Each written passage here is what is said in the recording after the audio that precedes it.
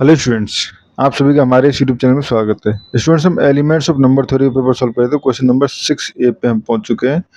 ये है हमारे पास if p is prime and k greater than 0 then show that 5p to the power k equal to pk minus p to the power k minus 1। Also calculate 5360 and 51001। ठीक है, तो ये हमारे पास question है जिसको हमें सॉल्व करना है। तो देखो, सॉल्यूशन काफ़ी ईजी है इसका। ठीक है, तो किस तरह से लेट एस इक्वल टू, ठीक है, 1 2, ठीक है, 3 dot dot P to the power K. ठीक है, ये हो गया हमारे पास। अब इसमें ऑब्वियसली कितने एलिमेंट्स हैं? P to the power K element. ठीक है, this set has P to the power K element. ठीक है, एंड इसमें ऐसे नंबर जो पी से डिविजिबल हैं। ठीक है, the number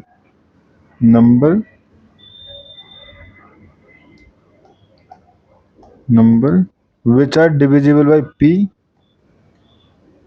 which are divisible by p। ठीक है, इंसर्ट एस आर, क्या क्या हो जाएंगे? p, 2p, 3p, इस तरह से चलते चलते हुए p to the power k minus 1, क्योंकि ये 2 3 ये सब नंबर चलते हुए कहाँ तो जाएगा? p to the power k minus 1 dot p। ठीक है, यानी कि these are p to the power k minus 1 in all। ठीक है, and these numbers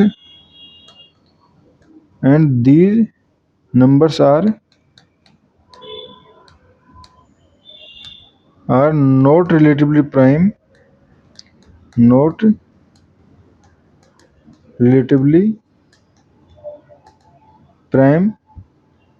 to p to the power k। ठीक है, so 5p to the power k equal to क्या हो जाएगा? Number of integers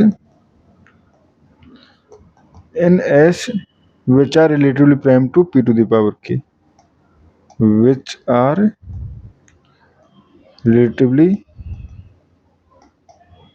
prime to p to the power k, तो क्या हो जाएगा? यानी टोटल नंबर्स माइनस जो रिलेटिवली प्राइम नहीं है, यानी p to the power k minus 1। या ये प्रूव किया, यही प्रूव करवाया हमसे। ठीक है, ऑब्वियसली इसको कई क्वेश्चन बुक्स में इस तरह से भी देते हैं। ठीक है, कई बुक्स में इसको इस तरह से भी देते हैं। ठीक है, तो यही हमारे पास इसमें प्रूव करवाना था। ठीक है, इसके बाद नेक्स्ट पूछा गया है इसी में, फर्स्ट 5360। ठीक है, तो 360 को फैक्टर्स की फॉर्म में हम क्या लिख सकते हैं? 360 equal to 2 to the power q into 3 square into 5। ठीक है, तो यहाँ से ये हो गया p1 p2 p3। ठीक है, और 5p1 to the power k p to the power k dot dot p to the power k1 k2 k3। ठीक है, इक्वल टू क्या फॉर्मूला होता है हमारे पास?